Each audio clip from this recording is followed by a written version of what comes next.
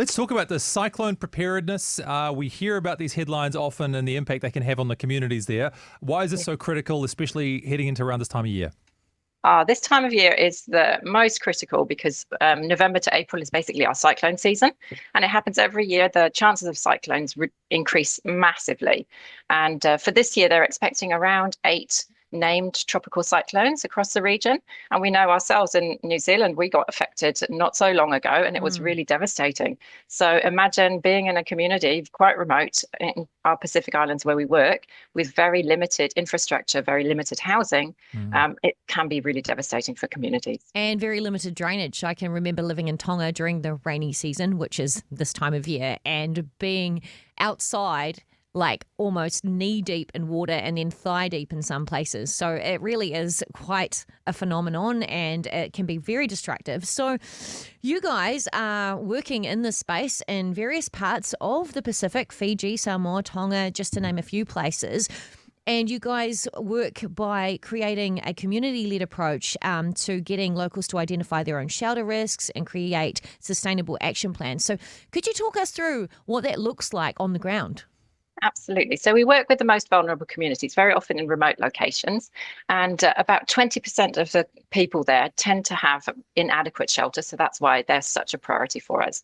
What we do is we go in with our trainers, our local implementing partners, and work with communities to help them identify their shelter risks. So we do community training called PASA, Participatory Approach to Safe Shelter Awareness. So it increases like an understanding of risks of flooding, like you were just talking about, Kat, what to do when disaster hits, how to strengthen your home. And then we actually get the communities to develop their own action plan for things around the community where they see the risk and where they actually want to do some work. We give them a small grant to then, like a seed grant, to then actually implement their community projects. So we've had some fantastic examples. For instance, in Samoa, we've done that. Communities have gone together and with that seed grant then done additional fundraising and managed to build their own evacuation centres. We've managed to do 19 across Samoa recently over the last few years, which is really fantastic.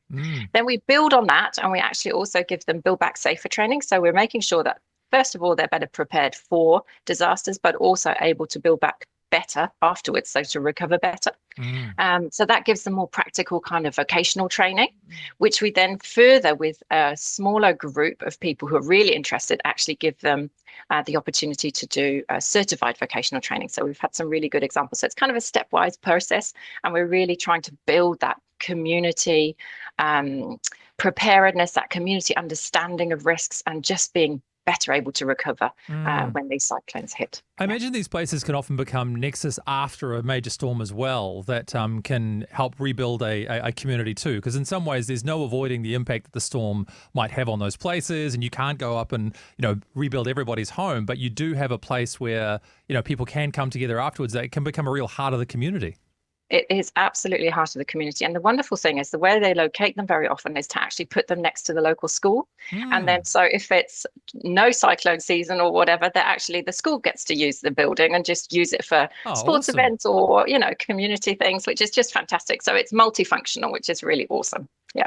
Awesome. And the vocational training, just another little example. We've had such great success. There was one community in Fiji we worked with, and they did their vocational training, did some work around the community, and the local government was so impressed with the work that they were doing. They were saying, well, we find it really hard to find builders to work in these remote locations. Could you do some contracts for us? So we literally stepped a whole group through the community training, Build Back Safer training, vocational training, and now they've actually set up a business and they're actually working for the local government. I mean, how fantastic is that? That's awesome. That is so good. Well, for people who aren't familiar with Habitat for Humanity, what is the ethos behind it in the first place? Like, how did this all come to be? And I mean, I can tell that you're really passionate about it. What drew you to work for the organisation? I just think the Habitat's mission of making sure that everyone has a decent place to live, like we all want that, right? The home is the heart for all our lives, wherever we live. And I think that's really, really strong mission of Habitats. And we work both in New Zealand, but also abroad. And I think that's also really, really nice. Like, we recognise there is need everywhere and we work for everyone. That's our key driver. And that's my driver as well. That's why I get up in the morning. Well, look, for people who want to join you then on this mission, where is the best place for them to go to find out more about these projects or maybe support what you're doing?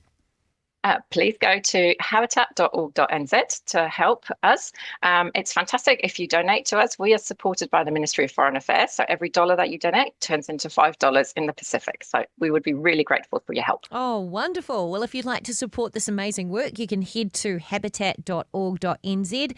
Thank you so much to Dr. Elizabeth Fitton-Higgins, the Director of International Programs. Superb. Thank you so much for having me.